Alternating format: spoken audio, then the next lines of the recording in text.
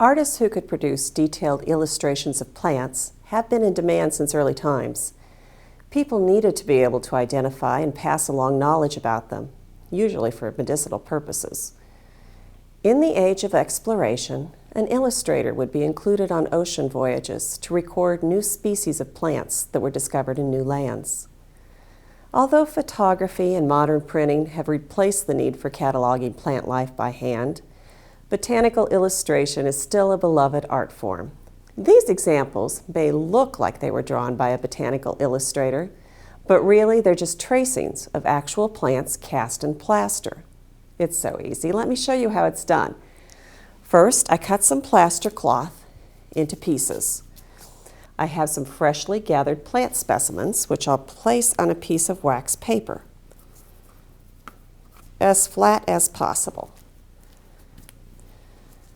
To activate the plaster, I dip it in warm water, then run my fingers gently over the cloth to work off any excess. The first few pieces will be positioned so that they hold the plant in place.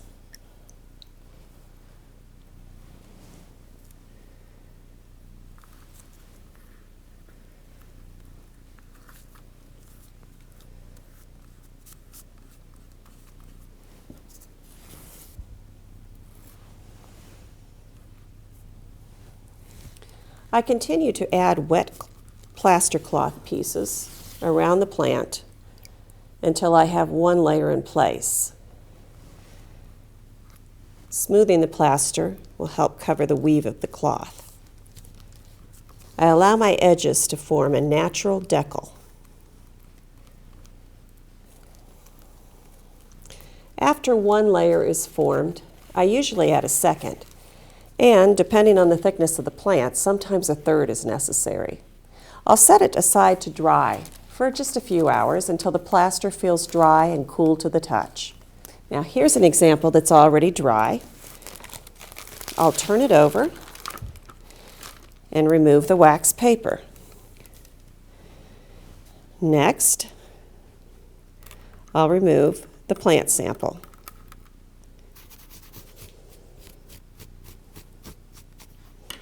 Come in close, and you can see a highly detailed impression of the plant in the plaster. It will need to dry completely overnight, and then comes the fun of turning it into an illustration. I've already started on this piece.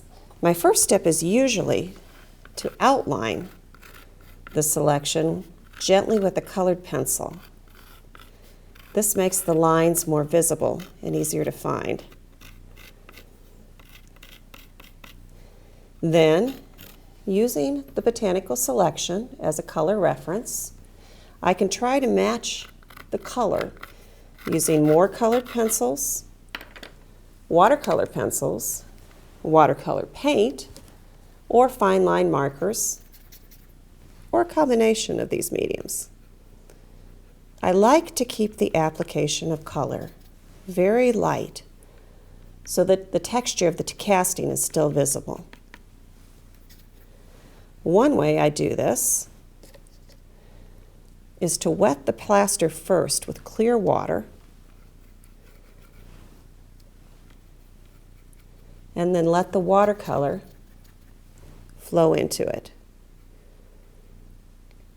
This wet into wet technique is great, especially if you have large areas to cover or want to do the entire background. When finished, identify the botanical selection by printing the common name and the scientific name with a fine line marker or colored pencil. Now these plaster casts are somewhat fragile, so I recommend gluing them to a rigid surface such as mat board when you're finished with them. See, now I told you it was easy. Now there's a lot to be learned from this process, so take a look at the visual arts teaching standards listed with this lesson plan at dickblick.com.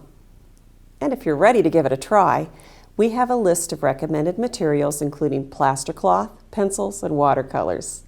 Thank you for joining me.